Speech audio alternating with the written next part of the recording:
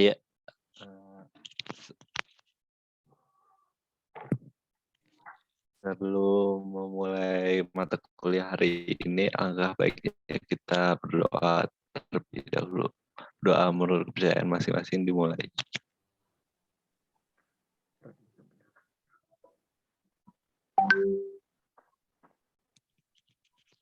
Doa selesai.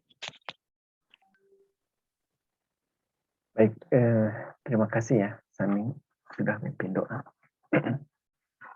Ya, Pak.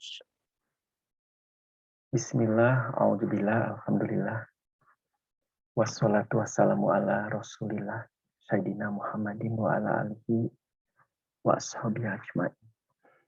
Robbi srohli sodri wa yassirli amri wahlul uqdatam min lisani yafqahu qawli. Puji dan syukur kita panjatkan kehadirat Allah Subhanahu wa taala. Di kesempatan malam ini kita bisa kembali untuk bertemu dalam rangka menjalankan tugas. Saya tugasnya mengajar, saudara mengikuti perkuliahan. Salawat dan salam semoga tercurahkan untuk Nabi kita, Nabi Muhammad Sallallahu Alaihi Wasallam. Semoga dengan keteladanan beliau kita bisa mengikuti jejak langkahnya dan diberikan kemudahan untuk melaksanakan apa yang dicontohkan oleh beliau. Hari ini kita akan mendiskusikan materi tentang kinerja dan penilaiannya. Jadi manusia itu diciptakan sebagai khalifah di muka bumi ini. Siapapun kita, tentunya kita harus bisa memimpin diri kita sendiri agar apa yang kita lakukan ini memberikan manfaat untuk lingkungan kita. Nanti kalau saudara sudah berumah tangga, tentunya laki-laki ini menjadi imam dalam rumah tangga. Imam itu pemimpin yang akan memberikan keteladanan bagi orang-orang yang dipimpin. Seorang pemimpin harus bisa menunjukkan kinerja yang terbaik. Jadi laki-laki ya fungsinya untuk mencari nafkah karena dia harus menafkahi istri dan anak-anak. Sementara seorang istri ya harus menjadi ibu, ya, ibu bagi anak-anaknya, menjadi pasangan dari suaminya. Artinya dia harus melayani suami dan anak-anaknya, menciptakan rumah ini sebagai tempat hunian yang paling menyenangkan. Jadi kalau suaminya berangkat untuk mencari nafkah, dia merindukan rumahnya. Demikian juga anaknya. Anaknya berangkat untuk beraktivitas, apakah itu sekolah maupun kuliah, nanti merindukan rumah dan ibunya. Baik, saudara-saudara, saya akan share screen ya.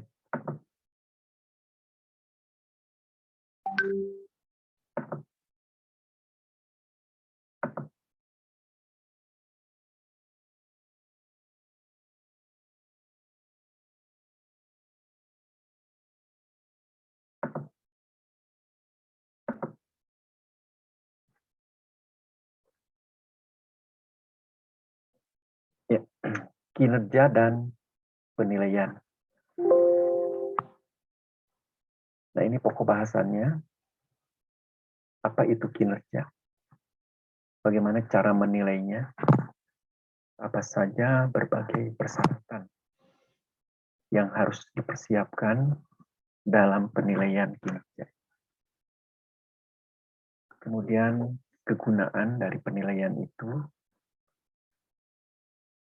Penilaian kinerja itu bisa secara tradisional atau sekarang sudah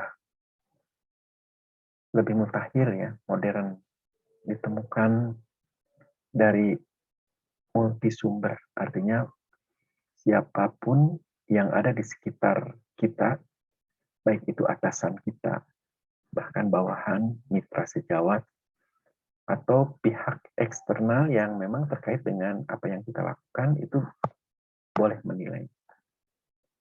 Ini disebutnya penilaian kinerja 360 derajat. Nah, beberapa kesalahan di dalam penilaian kinerja nanti kita bahas juga ya. Baik, coba kita lihat definisi ya, apa itu kinerja. Kinerja tidak lain adalah hasil kerja secara kuantitas dan kualitas yang bisa dicapai oleh seorang karyawan atau pegawai di dalam melaksanakan tugasnya. Kinerja tidak lain merupakan kombinasi dari kemampuan, usaha, dan kesempatan yang dapat dinilai. Secara umum kinerja atau disebutnya amal ya, kalau dalam istilah agama itu amal.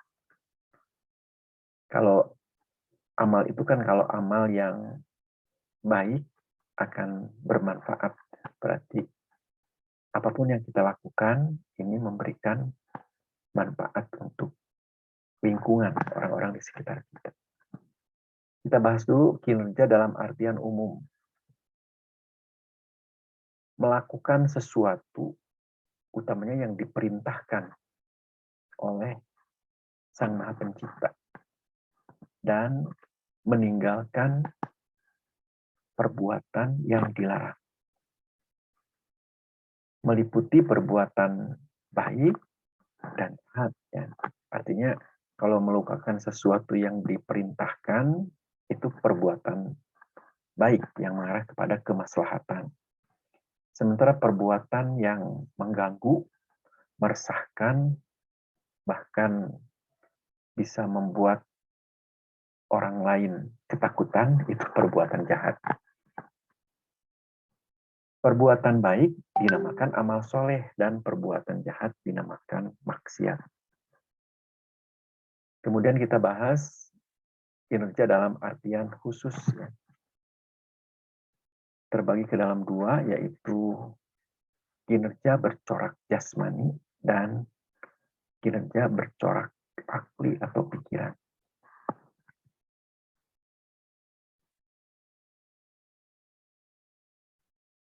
Kita harus menganggap bahwa kerja ini bukan semata hanya kewajiban, melainkan harus dianggap sebagai sebuah kebutuhan dan ibadah.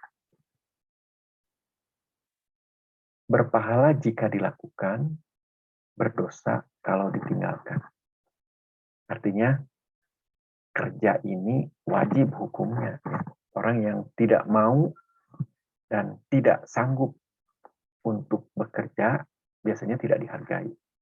Makanya Allah dengan kasih sayangnya mengharuskan, artinya wajib bekerja itu bagi setiap orang, ya, sesuai dengan fungsinya, kodratnya.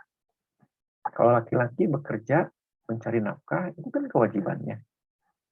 Kalau kita sudah berkeluarga, tidak mau bekerja, otomatis tidak bisa mencari nafkah.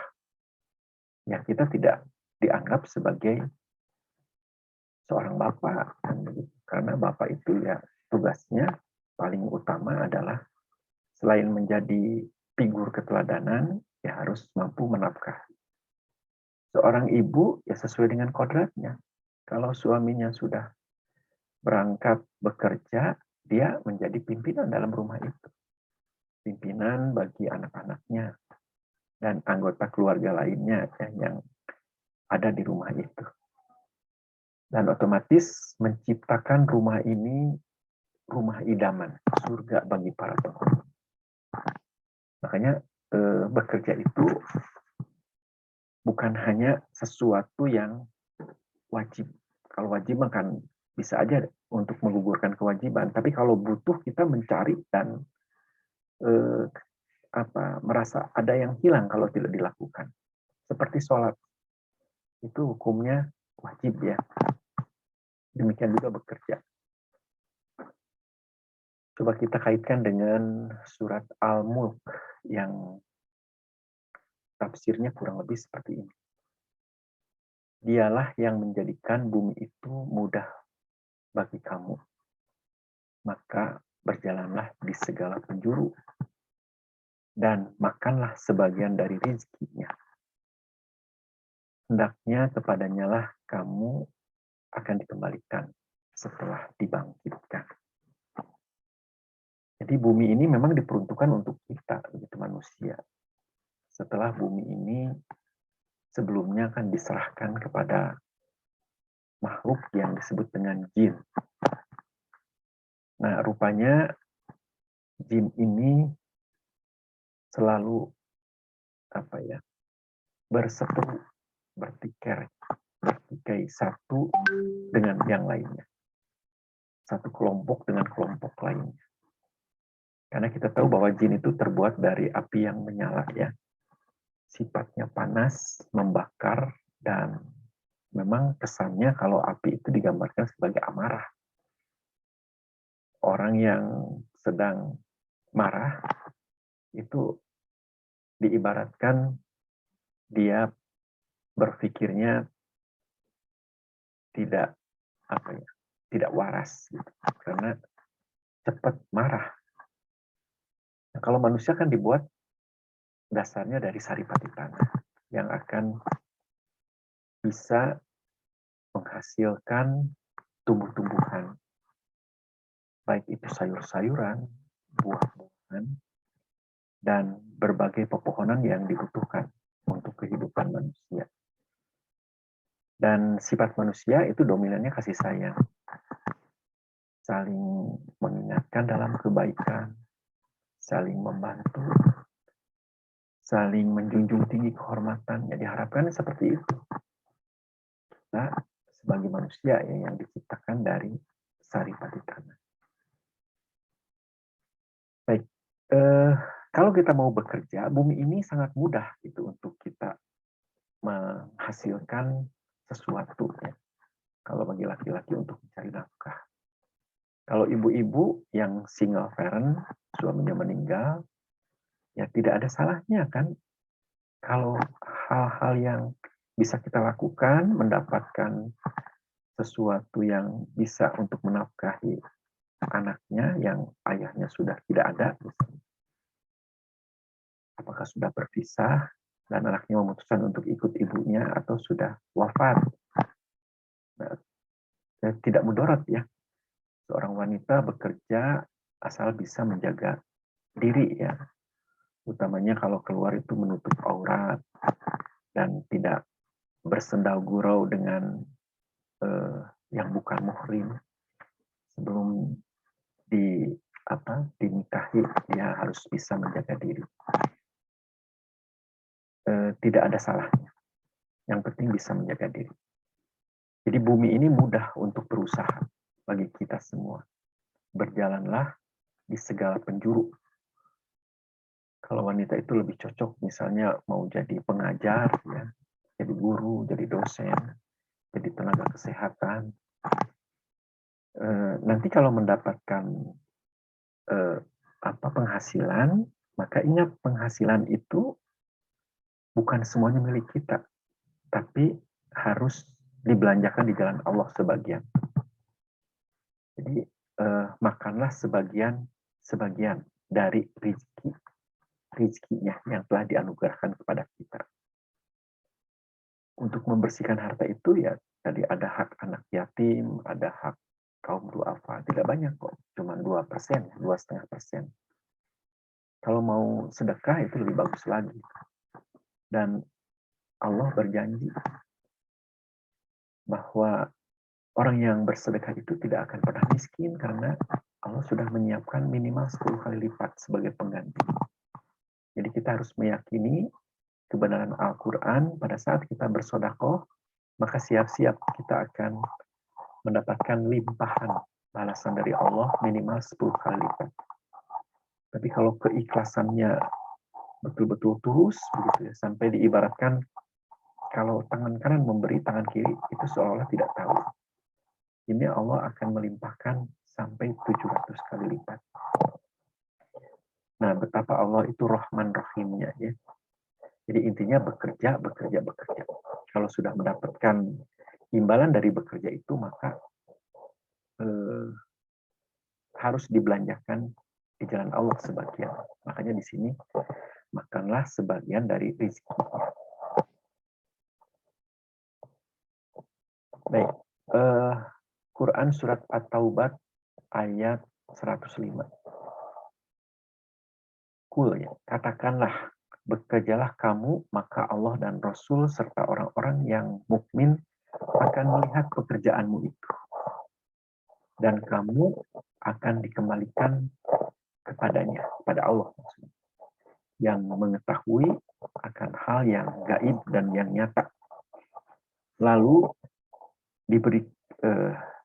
diberitakannya kepada kamu apa yang telah kamu kerjakan. Jadi apa yang kita usahakan itu tidak akan mungkin tercecer. Semua akan dikembalikan kepada kita. Makanya bekerja itu harus betul-betul menunjukkan keseriusan, ketekunan, tunjukkan bahwa kita tidak pernah mengeluh. Bekerja, bekerja, bekerja. Dan niscaya kamu akan melihat hasil pekerjaanmu. Nah, makanya di sini diberitakannya kepada kamu apa yang telah kamu kerjakan. Jadi kalau kita berusaha, bekerja keras, keuletan, ketekunan, maka nanti kita akan melihat hasilnya. Ini Allah yang menginformasikan tentang bagaimana kita harus serius di dalam menjalani sebuah pekerjaan.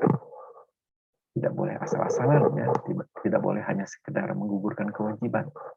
Karena orang yang serius, orang yang bekerja keras, orang yang mengoptimalkan ikhtiar, ini hasilnya nanti kita akan betul-betul mendapatkan refleksi dari semua apa yang menjadi pengorbanan kita.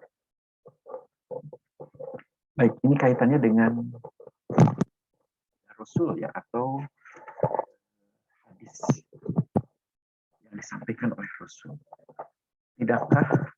Tidaklah seseorang makan lebih baik dari hasil usahanya sendiri. Sesungguhnya Nabi Daud alaihi salam makan dari hasil usahanya sendiri. Nah, ini menyiratkan bahwa kita tidak boleh bergantung kepada orang lain. Apalagi meminta-minta, memohon untuk diberi, kan begitu ya. Padahal kita diberikan kelengkapan, baik itu jasmani maupun akli. Ya.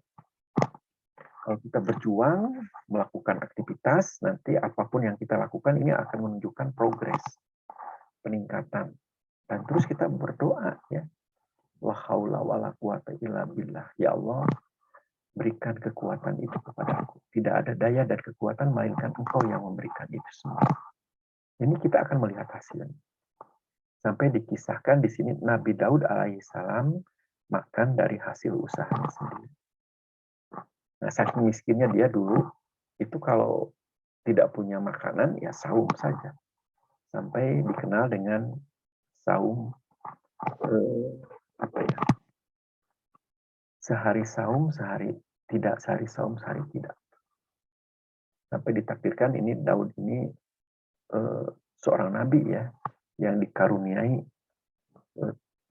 anggota fisik yang tangannya kekar, kakinya kokoh, itu yang kuat.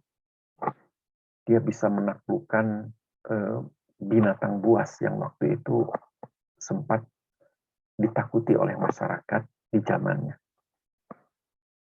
Dan dia bisa menaklukkan, kemudian terdengar oleh raja yang berkuasa pada saat itu, sehingga Nabi Daud ini diundang dan didaulat untuk menjadi panglima perang. Dan pada akhirnya setelah rajanya itu wafat, tampuk kepemimpinannya beralih ke Nabi Daud. Nah, asal-muasalnya Nabi Daud itu merih, ya, tidak mau minta belas kasihan kepada orang lain. Dia tunjukkan aja bahwa dirinya punya kemampuan, kekuatan untuk menghasilkan sesuatu yang tidak menunjukkan belas kasihan, apalagi ingin diberi oleh orang lain. Kalau perlu saum saja, kan begitu. Kemudian Rasulullah bersabda, sungguh seandainya salah seorang di antara kalian mencari kayu bakar di hutan, kemudian mengumpulkannya, mengikat, dan menjual ke pasar. Kita tahu harga kayu bakar itu kan tidak mahal. Tapi itu lebih baik daripada ia meminta-minta di perempatan jalan misalnya. Pura-pura invalid, kakinya digeser, kemudian matanya dipicakin satu. Gitu. Wah, itu haram, itu hukum. Jadi meminta-minta itu merusak dan mencampakkan harga diri. Lebih baik kita, ya, misalnya kalau ada orang yang memungut besi-besi sisa di jalan dengan pakai besi semprani ya. Nah itu aja lebih baik. Dan nanti besi-besi yang bisa dia kumpulkan, apakah sekilo, 2 kilo, ini bisa dijual kan. Walaupun sedikit tapi berkah misalnya. Dia pemulung tapi tidak pernah lupa sholat. Sambil berjalan, sambil berzikir, memuji Allah, berdoa, minta diberikan rezeki yang halal, dan seterusnya. Nah, ini gambarannya. Betapa Allah menjunjung tinggi orang yang mau berusaha dan tidak meminta-minta. Ini masih kisaran kinerja. Barang siapa pada malam hari merasa kelelahan karena di siang harinya bekerja keras, maka pada malam itu Allah ampuni dosa-dosa. Saya dulu waktu perumahan ini belum selesai, di sini banyak batu-batu besar. Ada batu sebesar kamar, kan begitu. Itu batu itu dipecah. Batu hitam yang kuat, kalau orang yang ahli itu diusap, batu itu dicuci, kemudian dilihat uratnya, kemudian dipantek pakai pahat-pahat kecil. Itu memang tenaganya besar sekali tuh, pakai martil. Saya lihat pas tengah hari dia buka makan pakai misting kecil dari plastik, isinya cuman sambal terasi sama dadar telur. Tapi dia bawa minuman dari Aqua yang 1,5 liter itu, diisi pakai air teh yang pakai manis karena perlu tenaga ya. Menurut kabar itu pemecah batu itu hanya diberikan upah sebesar 35.000 per hari. Itu kan kecil sekali ya. 35.000 zaman sekarang itu cukup untuk apa begitu. Beras saja sudah 12.500. Kalau dibawa ke rumah, ya beli minyak goreng kan sekarang mahal ya. Beli ikan asin misalnya atau apa, itu digunakan untuk satu keluarga. Bisa kebayang. Belum untuk menyekolahkan anaknya. Tapi saya yakin orang yang tekun, orang yang tidak pernah mengeluh, apalagi meminta-minta kepada orang lain, dan dia juga tidak meninggalkan apa yang diperintahkan oleh Allah, waktunya sholat, dia sholat. Dari waktu ke waktu pasti akan ada perubahan dalam hidup. Allah akan mencukupkan orang-orang yang beriman dan bertakwa, menjalankan perintahnya dan menjauhi apa yang dilarang. Termasuk meminta-minta itu dilarang. Dan insya Allah kehidupannya akan terus berangsur membaik.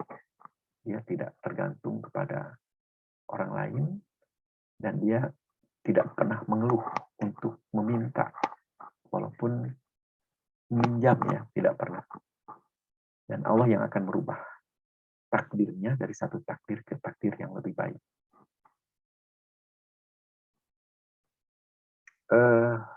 Ini surat Al-Infitar ya. Di sini Allah menyiratkan tiap jiwa akan mengetahui apa yang telah dikerjakan dan yang dilakukannya. Jadi Allah tahu sekali seperti apa jerih payah kita, seperti apa kita menghadapi resiko tingkat kesulitan yang tinggi. Semuanya nanti akan dikembalikan, dibalas sesuai dengan pengorbanan kita. Kemudian kalau kita lihat lagi di bawahnya ini, sesungguhnya bagi kamu ada malaikat-malaikat yang menguasai pekerjaanmu, yang mulia di sisi Allah. Karena malaikat itu tidak pernah membantah pekerjaannya menjalankan apa yang diperintahkannya. Dan malaikat itu mencatat ya, apa yang kita lakukan. Dan dia sangat mengetahui apa yang kita lakukan. Baik, itu yang pertama. Saya ingin mengatakan bahwa bekerja itu hukumnya wajib ya bagi setiap laki-laki dan perempuan.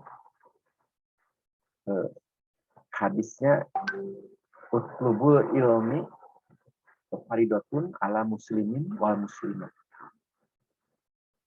Utlubul ilma, sebentar ada telepon nih.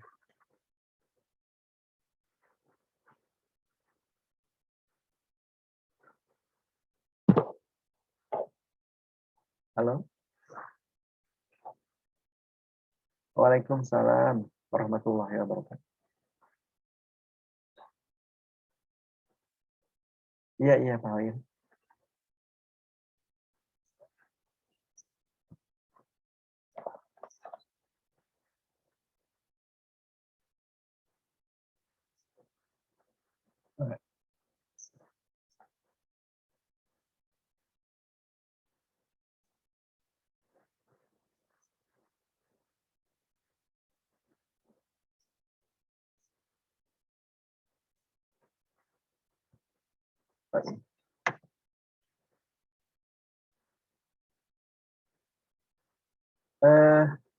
Itu hasil perbaikan atau matriknya aja di WA, di ini aja, di email kan aja Pak.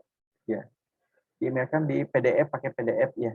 Tapi jangan terbalik, harus simetris ya, biar gampang nanda tangan. Ya, di scan, kirim pakai PDF ke saya, ke email nanti. Ya,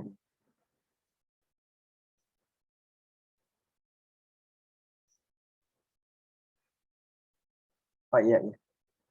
Kebetulan saya lagi ngajar sekarang. Di email pakai PDF aja Pak ya. Iya, iya. Ya, sama-sama.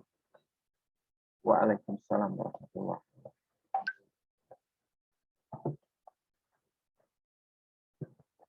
Itu dari Tangerang.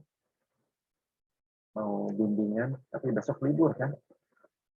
Hari Jumat, Sabtu, Minggu, jadi liburnya 3 hari. Saudara sekarang sudah boleh ke kampus ya. Insya Allah kita sudah terbebas dari COVID. Bahkan di Arab Saudi itu udah tidak ada lagi swab-swaban. Semua jamaah sudah dibebaskan. Sudah tidak percaya lagi kepada yang menyebar isu itu. Dan Arab Saudi berani menolak tegas gitu ya untuk memberikan sanksi kepada Rusia. Baik, nanti ngobrolnya tentang itu lain kali saja. Sekarang kita masuk ke apa itu penilaian kinerja. Jadi kalau di sebuah organisasi, di kantor pemerintah atau swasta atau perusahaan bisnis, ini semua karyawan kan harus diyakinkan bahwa mereka bisa melakukan tugas sesuai dengan tanggung jawab yang melekat pada jabatan. Artinya organisasi harus melakukan penilaian secara berkala. Apakah per triwulan, per semester, per tahun, sesuai dengan kebutuhan. Apa itu penilaian kinerja? Hujan besar. Penilaian kinerja adalah proses melalui mana organisasi dapat mengevaluasi atau menilai prestasi kerja karyawan. Kegiatan ini dapat memperbaiki keputusan bagian SDM atau personalia dan akan memberikan umpan balik tentang pelaksanaan pekerjaan.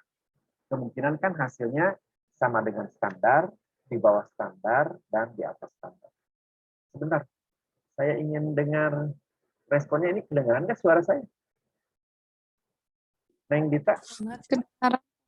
Terdengar, Pak? Suara hujannya ngedabling suara nggak? Nggak ada, Pak. Oh, nggak ada? Kalau di sini keras sekali hujan ini. Sebentar, kalau saya tutup jendelanya. Ini jendelanya terbuka.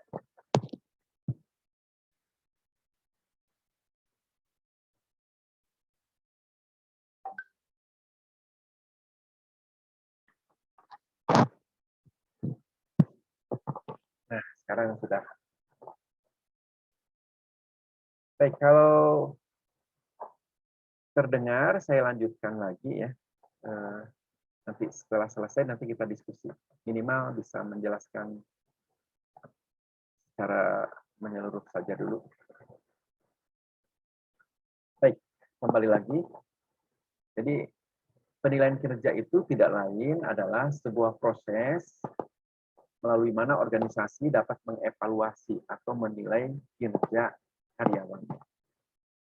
Jadi, kegiatan ini ditujukan untuk memperbaiki keputusan bagian personalia yang dapat memberikan umpan balik tentang pelaksanaan pekerjaan para karyawannya. Jadi hasil penilaian kinerja ini bisa sama dengan standar. Jadi hasil penilaian itu antara tuntutan pekerjaan dengan apa yang dikerjakan sama kan. Atau mungkin hasil yang dicapai oleh seorang karyawan itu masih di bawah standar. Nah, ini menunjukkan bahwa penempatan ada yang kurang tepat. Atau mungkin hasil pekerjaannya melebihi dari standar yang ditetapkan. Ini ada kelebihan kemampuan dibandingkan dengan tuntutan pekerjaan. Contoh idealnya, contoh yang mudahnya, misalnya standarnya setiap karyawan dalam satu hari itu harus menyelesaikan 10 unit. Nah, dia malahan dapat 14 unit. Nah, ini menunjukkan bahwa kemampuan karyawannya lebih tinggi dibandingkan dengan tuntutan standar. Nah, perusahaan tidak boleh mendiamkan. Artinya yang 4 unit sebagai kelebihan dari standar ini harus dibayar berupa insentif. Nah, insentif ini pembayaran dari berbagai kelebihan pengorbanan yang bisa dilakukan oleh karyawan. Kelebihan jam kerja itu juga diberikan insentif ya. Insentif tambahan dari kelebihan. Taruhlah bekerja itu harusnya 8 jam, dia bisa melakukan pekerjaan itu 14 jam. Karena ada pekerjaan yang harus diselesaikan dengan deadline yang semakin dekat kan. Sehingga pihak organisasi dalam hal ini pimpinan menginformasikan barang siapa yang mau menambah jam kerjanya, maka nanti kelebihannya akan dibayar. Pembayaran kelebihan itu dinamakan insentif.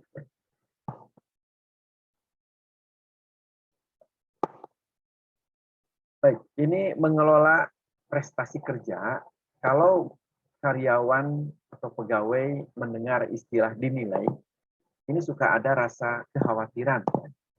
Khawatir akan tampak berbagai kekurangan atau kesalahan yang ada pada diri. Mahasiswa juga kan kalau mendekati UTS, kan UTS itu mau menilai sejauh mana daya serap saudara untuk bisa menerima dan mencerna materi ya, dari pertemuan ke-1 sampai pertemuan menjelang ujian tengah semester. Nah, kalau mereka yang tidak bisa mencerna, memahami, nanti akan tampak kelemahannya. Dan itu akan terefleksi dari nilai yang dihasilkan. Sama ini juga. Maka dari itu seorang pemimpin harus bisa mengubah mindset pegawai bahwa penilaian ini bukan semata-mata untuk mencari kesalahan atau kelemahan dari karyawan. Tapi tadi, yakinkan ini untuk mencari sampai mendapatkan umpan balik.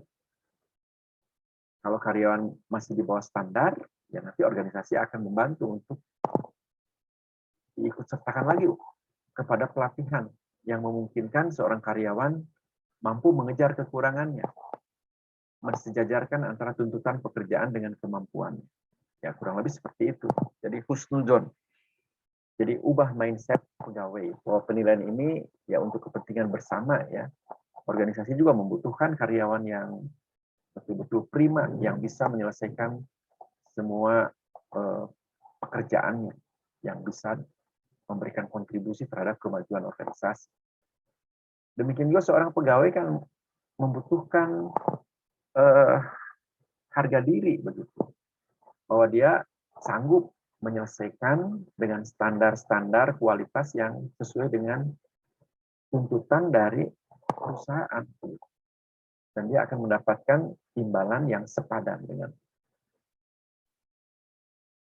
Kemudian berbagai manfaat dari penilaian kinerja ini tadi akan digunakan untuk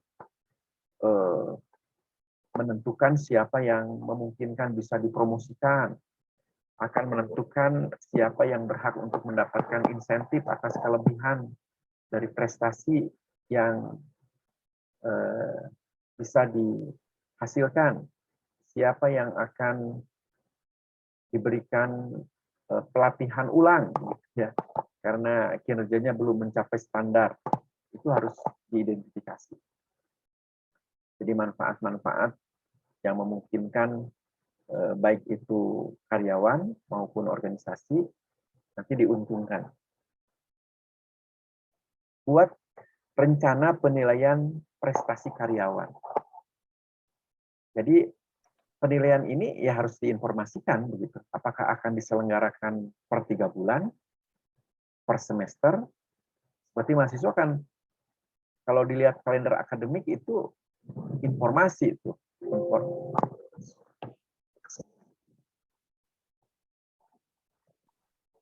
Kapan akan diselenggarakan ujian tengah semester, sehingga mereka yang mengetahui akan diuji itu kan belajar dulu gitu, supaya kelihatan keseriusannya. Demikian juga karyawan, kalau akan dinilai dia betul-betul menunjukkan sesuatu yang akan menghasilkan prestasi yang bagus. Jadi entong didodoho cek orang Sunda. Kalau ada dosen kesel sama mahasiswa karena kelasnya ribut, silakan keluarkan kertas selembar. Itu kan tidak diagendakan sebelumnya, apalagi direncanakan. Nah, ini buat agenda atau rencana penilaian kinerja prestasi karyawan. Apakah mau per 3 bulan, per semester, atau cukup setahun sekali misalnya, untuk mengevaluasi siapa yang akan dinaikkan pangkatnya. Kemudian kalau ada yang tidak bisa mencapai target standar yang ditetapkan, ini juga harus dicari apa faktor penyebabnya. Kenapa bisa terjadi?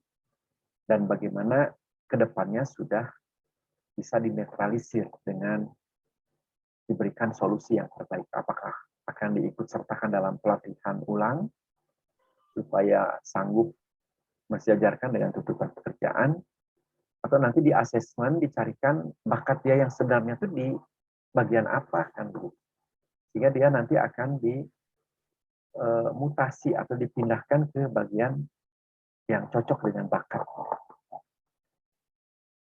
Kemudian penilaian ini bukan hanya terbatas kepada hard skill ya, keterampilan dan kesanggupan, tapi juga harus dilihat dari attitude atau soft skill. Karena sekarang kalau kita belajar SDM kontemporer, ini akan juga membahas materi tentang OCD. Kepedulian seseorang untuk bisa membantu teman rekan sejawatnya, yang memungkinkan dia memiliki empati gitu ya. Simpati, kalau simpatik mah hanya aduh karunya ya dia nggak bisa. Tapi kalau empati mah kamu kayaknya ada kesulitan ya, ada yang bisa saya bantu, sok saya bantu. Ini cara melakukannya seperti ini. Gitu. Nah itu kepedulian ya. Ini kaitannya dengan attitude. Jadi kesanggupan seseorang untuk bisa berempati dan membantu temannya. Ini juga harus mendapatkan sorotan, ada nilai plus dari orang-orang yang memang memiliki kesediaan untuk melihat lingkungan dan membantu orang-orang yang membutuhkan bantuan. Kemudian kendalikan konflik yang terjadi.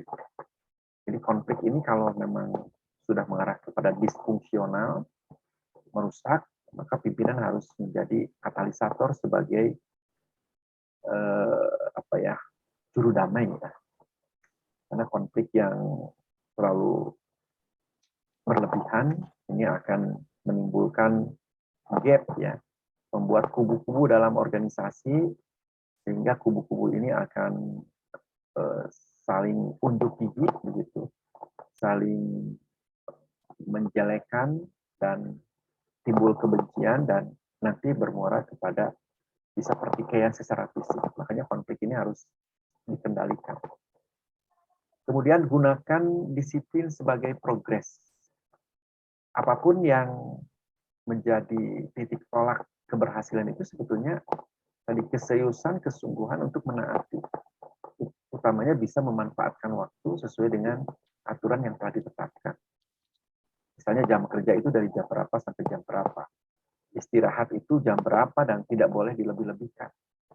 Kalau jam 1:30 harus sudah masuk ke ruangan kerja, jangan kurang 5 menit pesan kopi lagi, kemudian menyalakan rokok. Nah ini kan kaitannya dengan pelanggaran terhadap aturan-aturan yang sudah ditetapkan.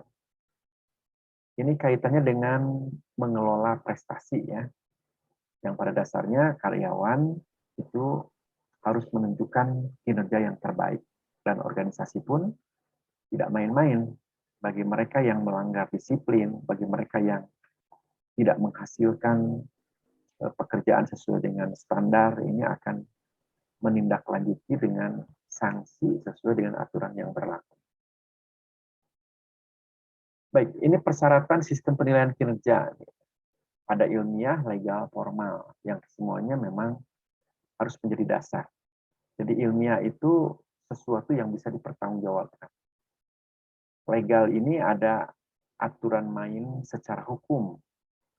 Jadi siapa yang menilai, mana surat tugasnya, kan begitu. Indikator-indikator apa yang akan menjadi dasar penilaian, tidak boleh menilai sesuatu yang keluar dari ranah yang harus dinilai. Makanya kalau saudara ujian skripsi, itu boleh ditonton oleh teman saudara, kan begitu ya. Bahkan ibunya pun boleh menonton, supaya tidak ada subjektivitas dari dosen yang menguji, kan gitu. Ini ada yang bocor. Coba periksa yang bocor. Siapa yang bocor ya? Coba.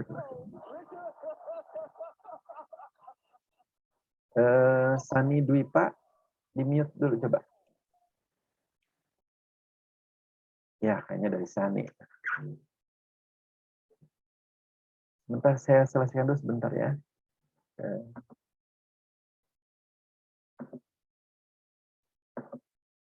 Nah, ini.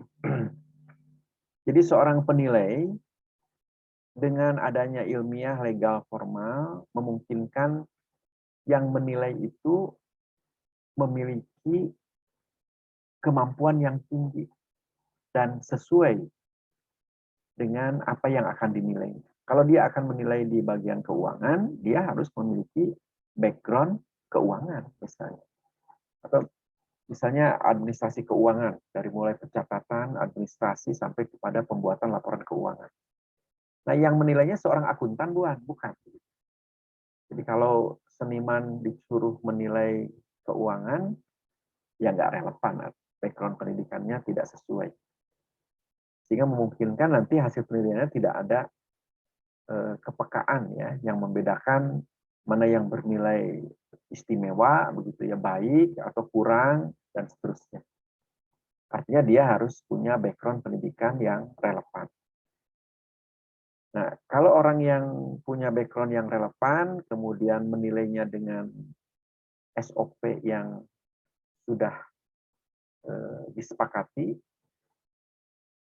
maka hasilnya akan reliable atau dapat dipercaya. Kemudian yang kedua, persyaratan operasional. Dimengerti, dan dapat diterima serta mudah begitu untuk menjalaninya, praktis, simple. Jadi ini persyaratan dari penilaian kinerja ya. Yang pertama, ilmiah, legal, formal. Artinya orang yang menilai itu harus memiliki kapabilitas dengan background latar pendidikan yang sesuai dengan apa yang akan dia nilai. Jadi kalau orang keuangan ya harus background-nya keuangan. Kalau misalnya SDM dia harus memiliki background latar belakang SDM. Kalau dia seorang sarjana ekonomi, manajemen, dia skripsinya SDM bukan begitu ya. Kalau dia skripsinya SDM pasti dia memperdalam SDM lebih luas, lebih dalam dan seterusnya, sehingga memungkinkan dia akan memiliki kepekaan di dalam menilai. Kemarin mahasiswa yang saya bimbing menanyakan wisuda, nama orang mana ya, orang Karawang, namanya Kaila.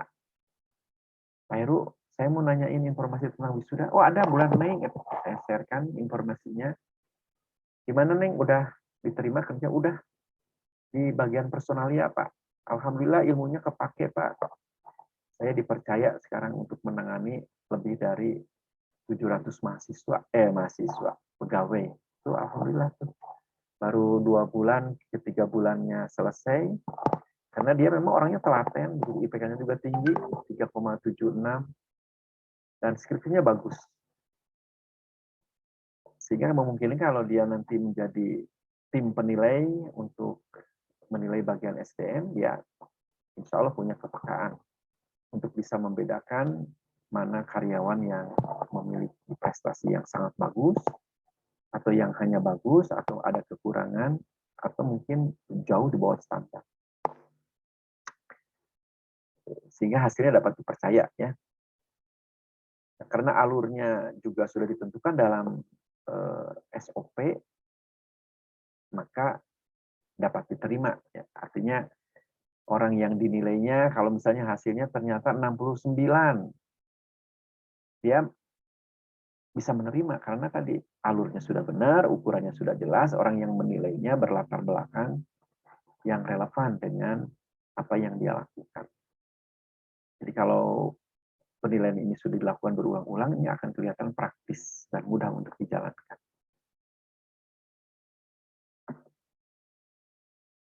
Ini terlalu lama ini. Nah ini penilaian tradisional itu seperti ini. Biasanya yang merancang ini bagian SDM ya, kepala biro kepegawaian misalnya, dan untuk melatih para supervisor, yaitu manajer yang langsung menangani para tenaga operasional. Manajer yang langsung menangani tenaga operasional itu namanya supervisor atau lower manager ya.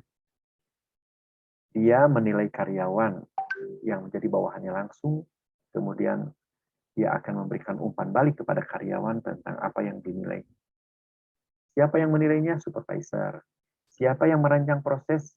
Ya, Departemen SDM, kan begitu. Kemudian, siapa yang mengevaluasi supervisor? Ya, manajer yang lebih atasnya lagi. Jadi, manajer yang lebih atasnya itu middle manager ya. Jadi, dia tugasnya meninjau penilaian yang dilakukan oleh supervisor. Membimbing supervisor agar memberikan umpan balik yang betul-betul akan meningkatkan kinerja para tenaga operasional. Nah, tenaga operasional ini karyawan ya.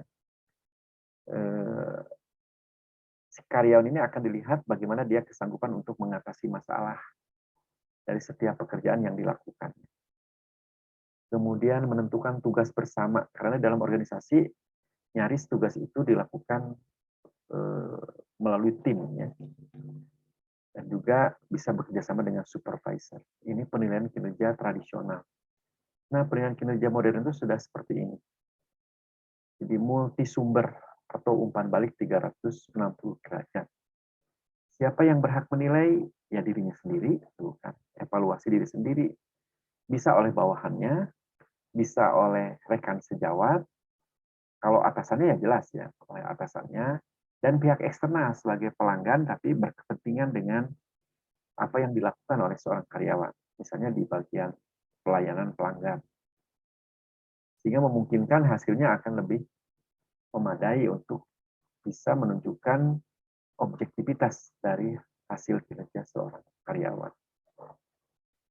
Kayaknya jangan terlalu panjang ya, segitu aja yang dibahasnya. Sekarang kita akan diskusi.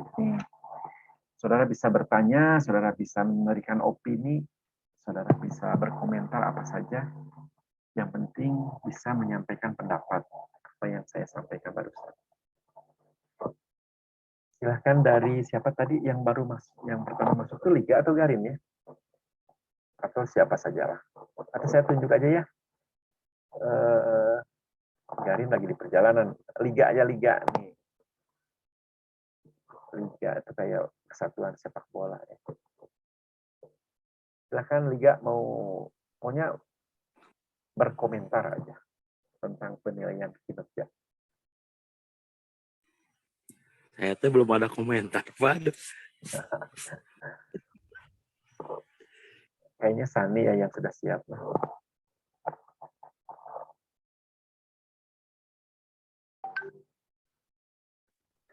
Apa ya Pak? Untuk kinerja. Penilaian kinerja, ya. Kinerja dan penilaian. Masih belum tahu sih Pak mau nanya apa. Kalau ininya Pak. Iya. Oh, Garin lagi itu tuh lagi ngangkut apa tuh? Ngangkut penumpang. Lagi di jalan, pokoknya bahaya kalau ditanya.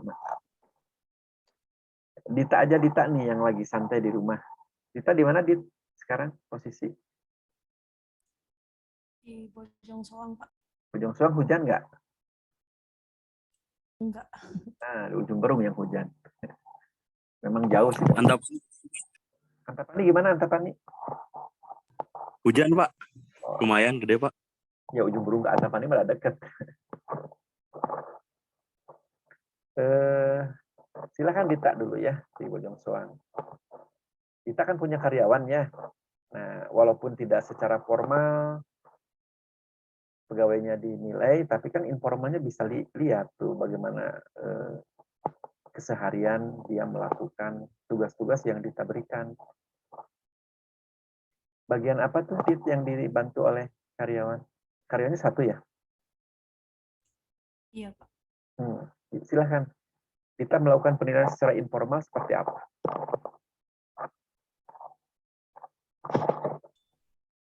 Kerapian kerja sama ketepatan waktu. 2. Ya, buat sementara itu dulu. Ya. Nah, kalau dikembangkan nanti kalau lihat teorinya, kan kinerja itu bisa dilihat dari 5 dimensi, katanya itu menurut Toby Elmatis. Dari kuantitas ini kaitannya dengan jumlahnya. Kalau dikaitkan dengan pekerjaan, dia kecepatannya. Semakin cepat, semakin banyak yang dihasilkan. Kemudian kualitas tadi ketelitian, kerapihan, itu kualitas.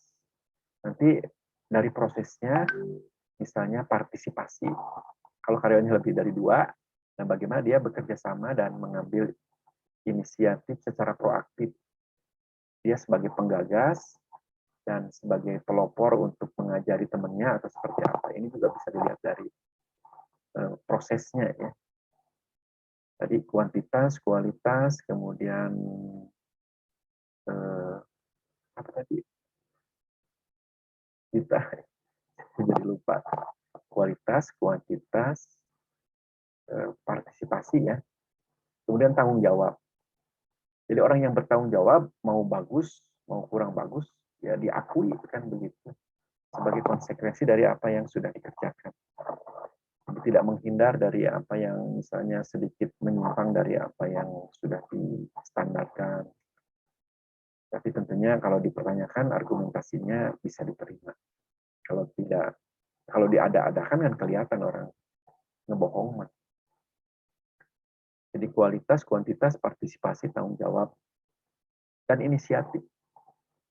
Inisiatif itu orangnya selalu proaktif tanpa harus disuruh-suruh. Kalau melihat ada sesuatu yang memungkinkan dia harus bertindak cepat, dia harus tidak menunggu komando kan begitu.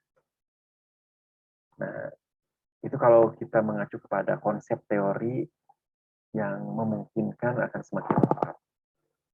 Nah, silakan kita bercerita tentang karyawan yang dimiliki sekarang. Bisa disoroti dari salah satu dimensi ya, tentang kuantitas, kualitas, partisipasi, tanggung jawab, dan inisiatif. Silakan kita.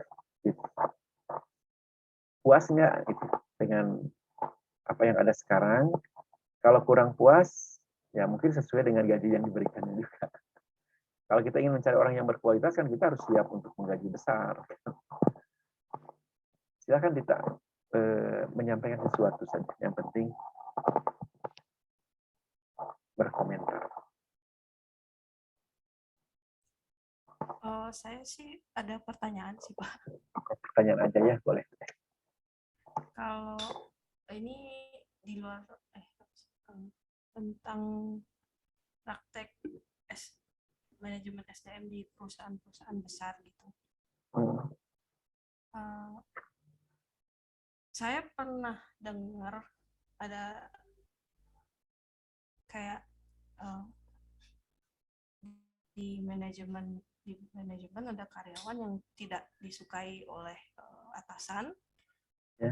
karena perusahaan nggak bisa PHK sembarangan kalau nggak ada sebab kan Pak. Iya, iya. Jadi dibikin karyawannya itu nggak betah dan akhirnya resign sendiri. Menurut Bapak itu buat apa ya? Apakah itu melanggar hukum gitu Pak? Karena jadinya kan sengaja biar nggak, karena resign sendiri dan jadi perusahaan nggak bayar pesangon gitu. Baik. Ini ada kaitannya ya, kita. Ini kasuistik nih. Jadi begini. Jadi sebaik-baiknya manusia itu adalah manusia yang memiliki akhlak. Karena Nabi Muhammad diutus ke muka bumi ini sebagai nabi terakhir, nabi yang paling sempurna, itu untuk memperbaiki akhlak manusia. Siapapun nanti yang melakukan kezoliman, dia akan dihukum oleh perbuatannya sendiri. Jadi terlepas yang disampaikan oleh kita itu, siapa yang zolim, kan begitu. Apakah pimpinannya atau memang karyawannya. Yang jelas apapun yang terjadi itu takdir. Kalau ternyata misalnya pimpinannya yang zolim, karena ada ketidaksukaan sebagai unsur subjektivitas secara pribadi, nanti pimpinannya akan terhukum. Padahal misalnya bawahannya itu sudah melakukan kewajiban sesuai dengan aturan yang ada di perusahaan. Tapi kalau ada subjektivitas, misalnya hal-hal yang tidak ada kaitannya dengan pekerjaan, walau alam subjektivitas itu apa? Ya sebetulnya mah tidak ada yang bisa disalahkan di salah satu pihak. Pasti ada orang kalau tidak suka itu ada andil dari kedua belah pihak.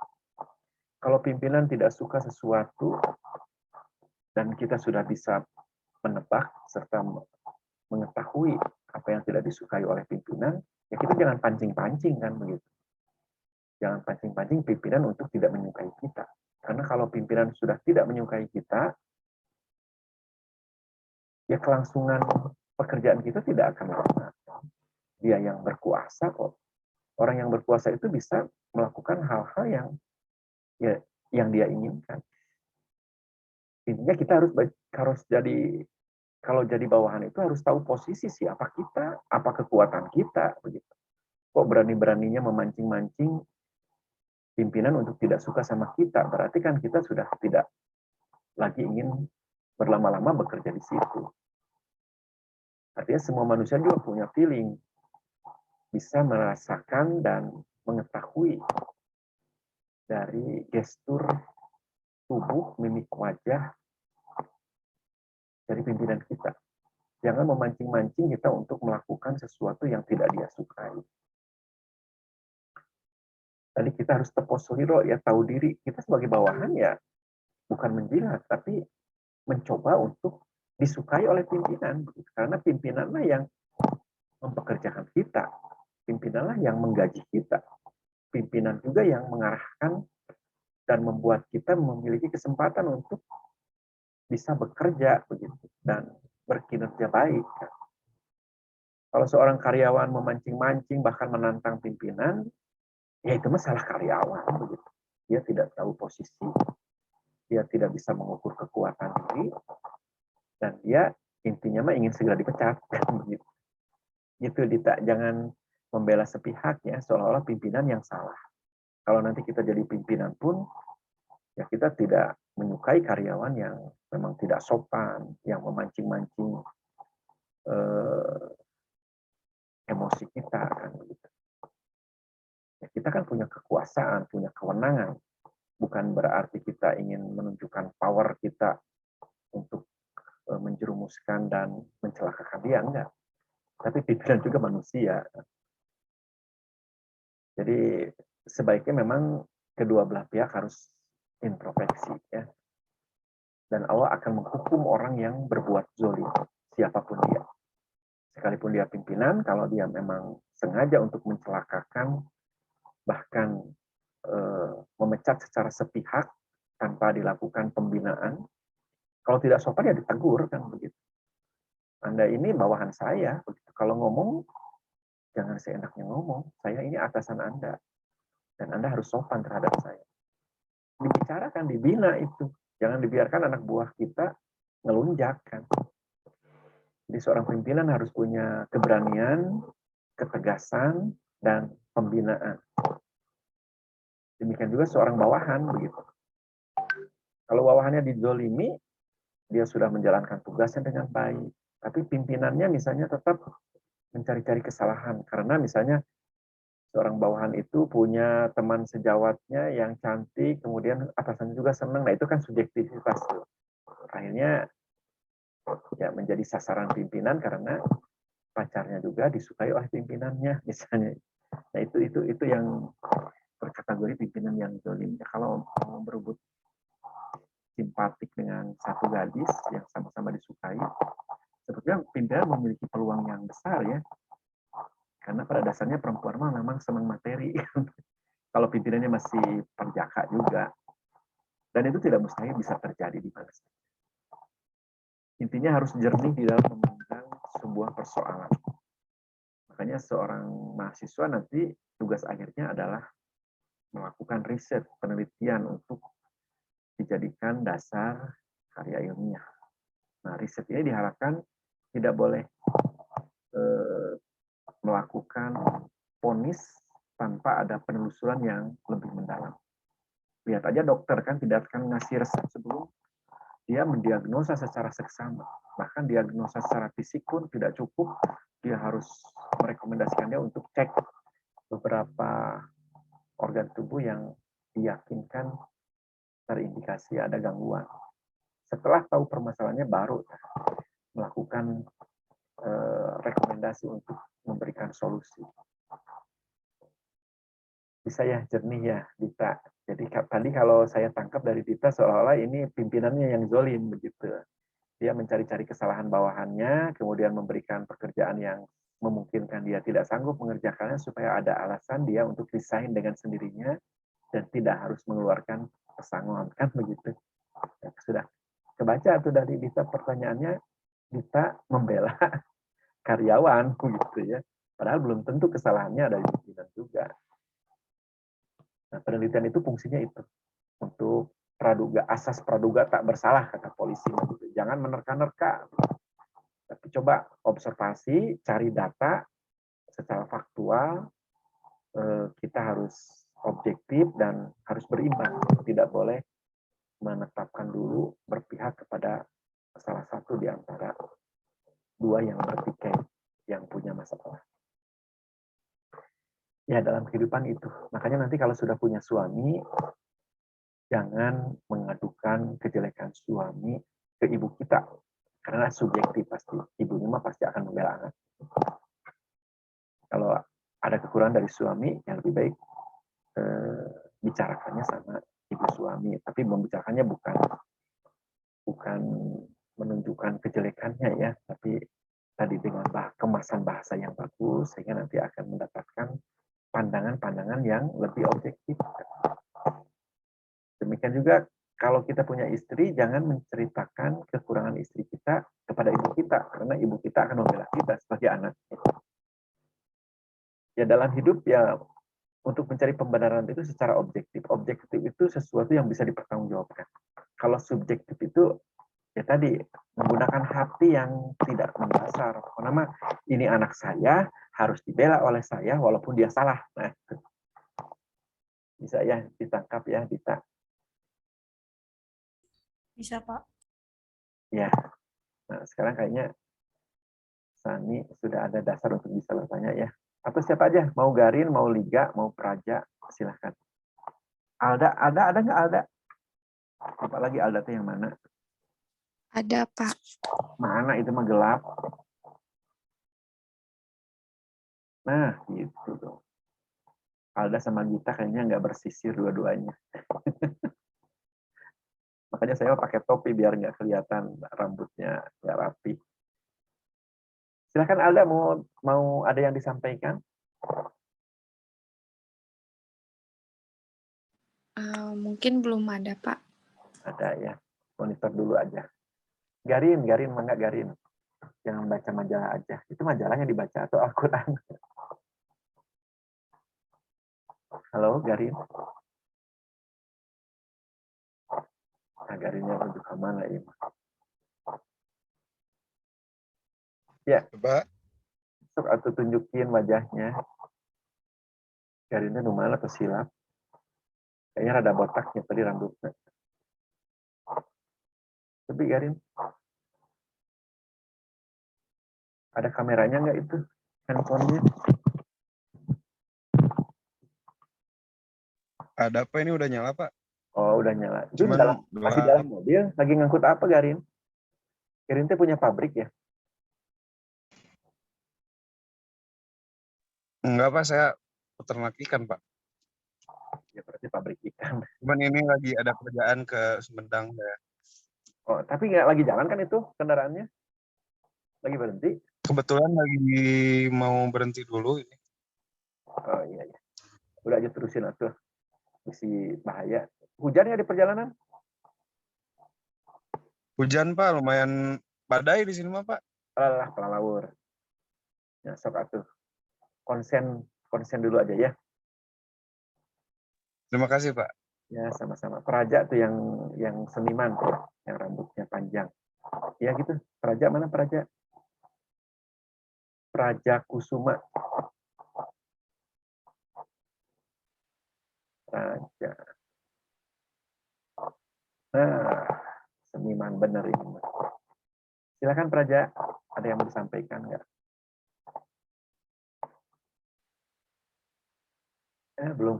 Belum suaranya belum terdengar Praja. Walaupun diangkat mic-nya juga. Mending nggak usah pakai mic. Coba. Suaranya belum ada. Kayaknya handsfree-nya sudah putus kabelnya. Coba di mic-nya dibuka, terus nggak usah pakai handsfree. Soalnya lagi hujan Pak di sini Pak. Di mana, daerah mana ini? Lagi hujan. Daerah mana? Kedengeran nggak suara saya? Oh iya kedengeran. Kedengeran. Nah, sekarang udah bagus tuh. Nggak apa-apa, hujan juga. Tadi juga saya perasaan kedabling suara saya. Tahunya cuma jelas. Suara Praja juga jelas tuh. Oh mungkin mau nanya aja Pak. Tiba-tiba kepikiran gitu. Ya, boleh. Beberapa tahun lalu tuh saya pernah baca berita. Katanya BUMN itu banyak karyawan yang udah umurnya tinggi ya Pak, udah senior ya Pak. Ya. Terus karena udah senior mereka gajinya besar-besar ya Pak. Kan kalau karyawan udah lama agak pasti gajinya naik terus ya Pak ya. Ya. Sementara saya baca lagi katanya BUMN-nya ada yang kurang perform gitu Pak. Nah itu misalnya saya misal aja ya Pak ya, ngandai-ngandai. Ya. Kalau misalnya saya jadi manajer HR di sana, Pak, kira-kira harus gimana ya, Pak? Gitu aja, Pak. Contoh BUMN apa ini? Saya dengernya sih konstruksi gitu, Pak. Ada banyak listnya. Konstruksi. Apa itu nama BUMN ini? Nggak bisa ngejabarin juga sih, Pak. Lupa saya. Iya. Pokoknya saya ketangkap aja ya. Iya. Begini, ini karena pertanyaannya juga tidak terlalu jelas, nama BUMN-nya juga masih samar. Dulu itu memang seperti itu.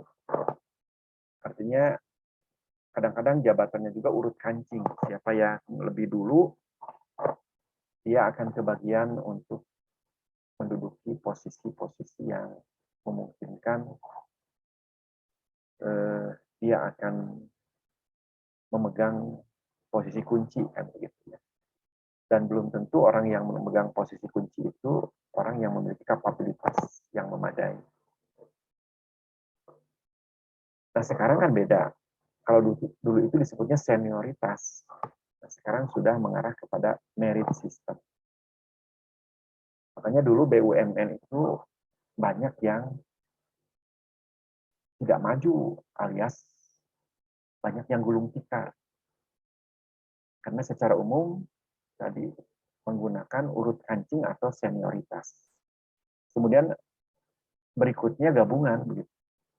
Karena senioritas tidak bisa dihilangkan secara langsung, artinya senior-senior yang punya kemampuan tinggi atau mungkin menengah ke atas lah kemampuannya, itu dia tetap diberikan kesempatan. Kecuali senior-senior yang memang dari track record perjalanan karir dia, setiap diberikan pekerjaan tidak menunjukkan keistimewaan, dan itu sudah mulai ditinggalkan. Artinya tinggal menunggu pensiun saja. Jadi orang-orang yang tidak diberikan kesempatan untuk menduduki posisi-posisi kunci dalam jabatan struktural, artinya dia dianggap tidak punya kesanggupan untuk memimpin. Di zaman Rasulullah pun demikian. Jadi ada seorang sahabat yang meminta jabatan. Kata Rasulullah, jangan. Kamu itu memang baik, gitu, soleh, sholatnya tepat waktu, tapi kamu kayaknya kurang ambisi. Padahal di dalam kepemimpinan itu ambisi itu perlu. Asal jangan pakai us aja ya, ambisius. Nanti kalau ambisius itu bisa menghalalkan segala cara. Tapi kalau ambisi itu orang yang menunjukkan etos kerja yang tinggi. Artinya dia akan menyegerakan penyelesaian pekerjaan, dia akan menunjukkan pekerjaan yang tidak ala kadarnya, harus yang terbaik. Kan. Nah, orang-orang seperti ini adalah orang-orang yang akan diberikan amanah gitu untuk direkomendasikan menduduki posisi-posisi tertentu. Sementara orang-orang yang hanya tadi menjalankan kewajibannya saja, tapi dia tidak greget begitu ya, tidak ada kesanggupan untuk berinisiatif, mempunyai gagasan, kemudian bagaimana dia kesanggupan untuk menyelesaikan pekerjaan dengan lebih baik. Ya standar-standar aja. Nah orang seperti ini nggak bisa diangkat sebagai pemimpin. Karena pemimpin itu harus superior, begitu ya, harus terdepan dan menunjukkan berbagai kelebihan di atas rata-rata orang-orang pada umumnya yang ada di komunitas itu. Nah sekarang sudah merit system benar, begitu ya. Orang muda pun walaupun hanya beberapa tahun dia bisa menduduki posisi yang lebih baik. Saya ngajar di S2 itu ngajarnya di bank, ada kelas khusus bank, kalau nggak salah BCB atau Mandiri ya, ada ibu-ibu, misalnya 8 orang gitu ngejajar masih pakai seragam. Ada juga seorang ibu yang kelihatannya agak kucem, taunya dia memang lagi sakit hati. Dia sudah bekerja 15 tahun di salah satu bank, kemudian ada kader muda yang mengerti IT, bahasa Inggrisnya jago. Nah ujung-ujung Dia baru kurang dari 5 tahun jadi pimpinan dia. Otomatis kan dia bertanyanya begini, Pak, gimana kalau saya diperlakukan tidak adil? Maksud Ibu gimana? Saya sekarang dipimpin oleh junior saya. Padahal kalau saya melihat diri saya yang sudah bekerja lebih dari 15 tahun, saya berani ngadu lah sama anak itu. Sampai begitu ibu-ibu itu. Terus gimana Bu? Iya, dia jadi senior saya katanya. Makanya saya ini kuliah itu mengalihkan kekesalan saya. Saya tidak terima. Saya berani ngadu dengan dia karena saya sudah sangat menguasai. Nah, ternyata selidik demi selidik saya baca artikel gitu ya. Nanti minggu depannya saya jawab, Bu, untuk menunjukkan siapa yang pantas diusung menjadi pemimpin itu bukan hanya orang yang bisa menguasai dan menyelesaikan pekerjaan itu. Tapi kalau sekarang organisasi banyak yang menerapkan manajemen talenta, itu ada tes secara khusus, asesmen khusus, siapa yang pantas diusung menjadi pimpinan masa depan. Dengan simulasi-simulasi dan aturan-aturan tertentu, ternyata anak muda ini memiliki daya imajinasi bisa melangkah beberapa tahun ke depan gitu. Sehingga dalam psikotes dari asesmennya itu dia menduduki ranking terbaik kan begitu. Bukan karena dia lebih senior dan mampu menguasai pekerjaan yang ada di bidang itu, tapi dari hasil asesmen dia menghasilkan skor yang tertinggi. Dan sekarang tes-tes begitu tidak dilakukan secara internal di lokal organisasi itu. Kalau misalnya Bank Mandiri ini pusatnya dari Jakarta, itu tesnya menggunakan sistem dan komputer itu nanti sistem itu yang akan bekerja dan mentabulasi sendiri hasil jawaban. Dan keputusannya dia mendapatkan SK untuk menjadi atasan ibu itu. Ya, seperti itu fenomena sekarang. Nah, justru yang dikatakan oleh Praja tadi itu fenomena dulu tuh. Banyak BUMN yang bangkrut, kemudian banyak pimpinan yang diusung ternyata dia tidak punya kesanggupan karena prestasinya biasa-biasa saja. Sehingga perkembangan BUMN tadi ya nyaris tersalip oleh perusahaan-perusahaan swasta yang melakukan kegiatan sejenis dengan itu. Nah, sekarang mah enggak, Raja. Sekarang sudah berubah ya semuanya. Jadi tidak aneh kalau banyak senior-senior yang sekarang mungkin ditawarin pensiun dini begitu daripada sakit hati kesalip oleh orang-orang muda yang bertalenta, menguasai IT, berbahasa Inggris yang lebih bagus dan memiliki link lebih luas begitu untuk mampu menyelesaikan pekerjaan. Relatif saat ini sudah mengarah ke sana. Gitu. Itu jawabannya Praja. Jadi kalau dulu mungkin baca artikel seperti itu ya memang ada begitu. Tapi sekarang kan sudah mulai berubah. Ya sudah 8:30. Kita jangan lama-lama ya. Tapi kalau ada yang mau bertanya lagi atau mau menyampaikan pendapat atau pernah baca artikel, silakan. Ini akan memberikan pencerahan kepada orang lain lebih bagus tuh. Sani Purwanti ada nggak? Ada, Pak. Lagi banyak orang di rumah? Oh enggak, di kantor ini? Iya, Pak. Masih di kantor, gajinya gede ya. Tuh jam segini masih di kantor mas. Sampai jam berapa nanti pulang?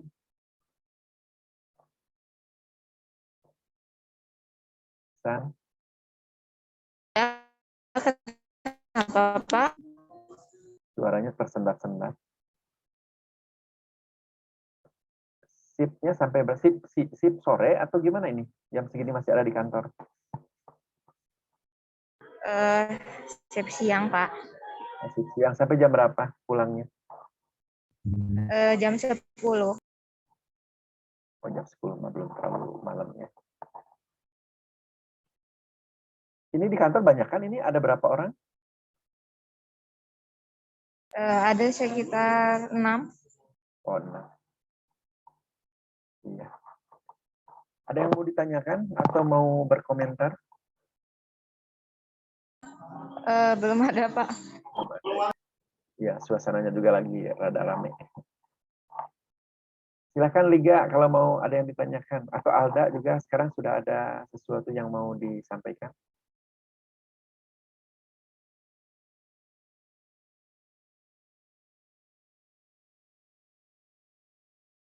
Ada Alda? Belum, Pak. Sudah cukup jelas. Cukup. Liga gimana Liga? Alhamdulillah Pak, tidak ada. Kedah bobonya, ke jam 3 kedah juga. Emang besok puasa gitu Pak? Liga masih jualan malam-malam nggak? Subuh? Sekarang mah enggak sih Pak, udah lama. Oh, udah lama. Sekarang ngegarap apa Liga? Cuman itu Pak, lagi kecil-kecilan ayam teh yang probiotik sama Cana Pak sekarang bisnis ikan. Ternak ikan sih, Cana apa lagi naik Pak. Oh, Cana itu apa? Kalau ini mah kayak ikan gabus Pak, Oh, asal Kalimantan tapi warnanya gitu. Jadi kayak ditening, jadi ditembak nanti keluar warnanya. Nanti ada turnamennya. Iya, iya. Jadi nggak di pasar lagi sekarang ya? Nggak di Ciroyom Jadi lagi? kalau seragam mah paling orang tua sih Pak. Oh iya. Iya. Tampaknya sudah tidak ada yang bertanya ya. Sekarang sudah 8:30. Saya juga perlu istirahat. Sudah penat. Jangan lupa absen ya. Kita satu kali lagi pertemuan langsung UAS. Mudah-mudahan saudara cepat susun skripsi. Tapi ini ada yang masih semester berapa? Sudah ada yang semester akhir belum? Liga udah habis mata kuliahnya? Udah Pak, tapi nanti insya Allah Pak kalau nggak ada halangan besok mau ke Bapak minta tanda tangan buat KVK. Jangan besok mah libur. Oh besok aja pada lagi semangatnya Pak. Ya, Senin. Ya. Oke Mas, siap. Ya. Yang ditunda-tunda. Ya, mengatur nuhun kasadayana Neng Dita, Kang Sani Dwipa, Kang Praja. Praja kalau mau KPK itu harus dicukur dulu ya. Nanti diprotes saya kalau ke kampus. Itu mah pemain band ya, bukan mahasiswa. Mangga Neng Alda, Kang Liga, Neng Sani Purwanti. Nah, mana ya? Sani Purwanti itu hilap deh. Sani Purwanti. Ini. Oh iya. Sudah tua jadi pelupa. Baik, subhanakallahumma wa bihamdika asyhadu an la ilaha illa anta astaghfiruka wa atubu ilaik. Assalamualaikum warahmatullahi wabarakatuh. Waalaikumsalam. Waalaikumsalam. Terima kasih, Pak. Terima kasih Pak. Terima kasih. Sama-sama.